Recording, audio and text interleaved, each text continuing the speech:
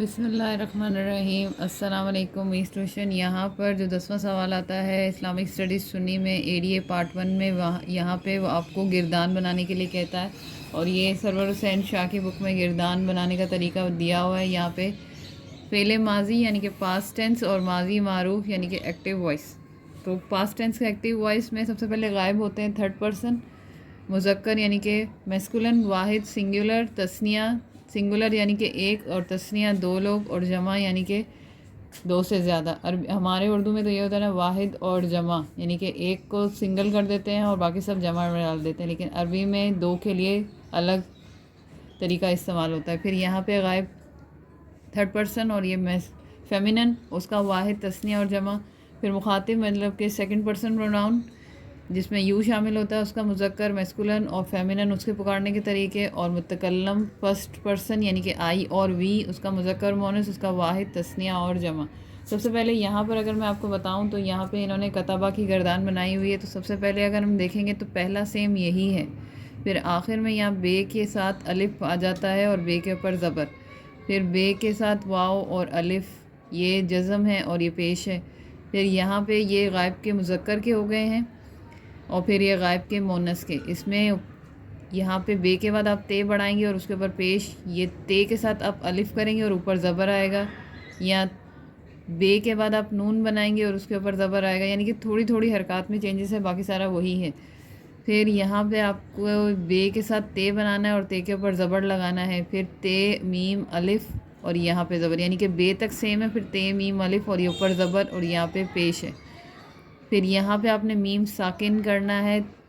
بے کے بعد تے اور میم تم لگانا ہے، تو یہ بن جائے گا مخاطب کا جمع، اور یہاں پہ یہ جزم ہے۔ پھر مخاطب کا واحد کاف، بے کے بعد آپ نے تے کے نیچے زیر لگانا ہے۔ مخاطب کا مونس اور مخاطب کا مذکر کا سیم ہی ہے،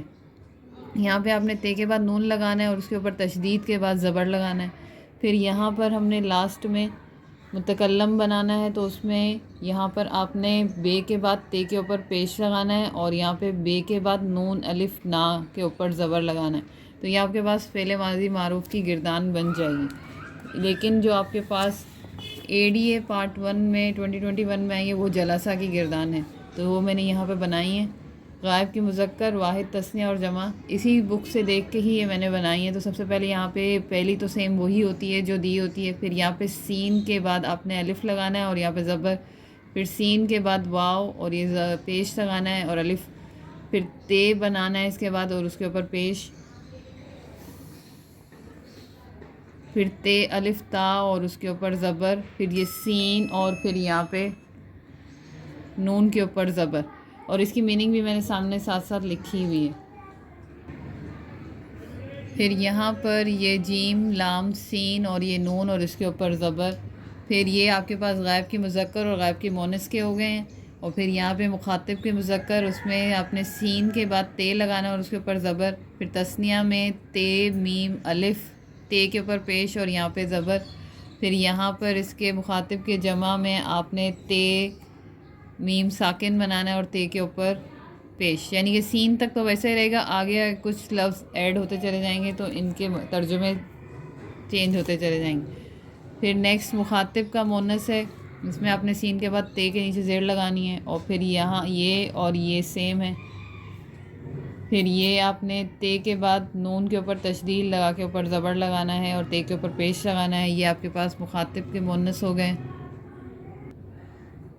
پھر یہاں پہ متکلم کے مذکر مونس ہیں، اس میں تے کے اوپر سین کے بعد تے کے اوپر پیش لگے گا اور یہاں پہ سین کے بعد نون الف نہ لگے گا، تو یہ جلسہ کی گردانیں ہو گئیں۔ اگر آپ کو بیسک آتا ہے تو پھر اس کے بعد یہ بنانا بہت آسان ہے، اور اس کی پریزنٹیشن کا طریقہ یہ ہے۔ امید ہے کہ آپ کو یہ سمجھ آیا ہوگا۔ ویڈیوز کو لائک ضرور کریں اور چینل کو سبسکرائب ضرور کریں۔ اللہ عامی و ناصر۔